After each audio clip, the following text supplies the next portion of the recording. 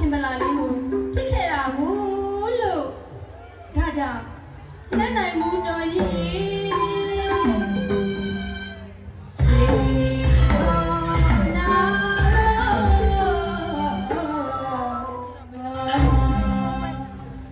ဘလို့ဘလို့လက်နိုင်မှုတော်ကြီးချေရောနာ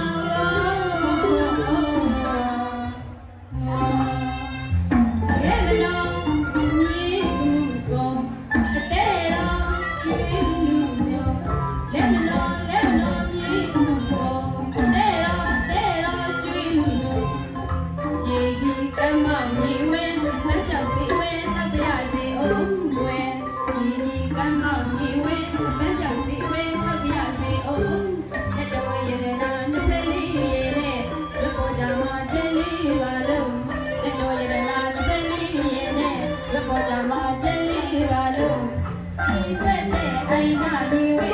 ဒီဘက်နဲ့အိမ်ကဒီဝဲ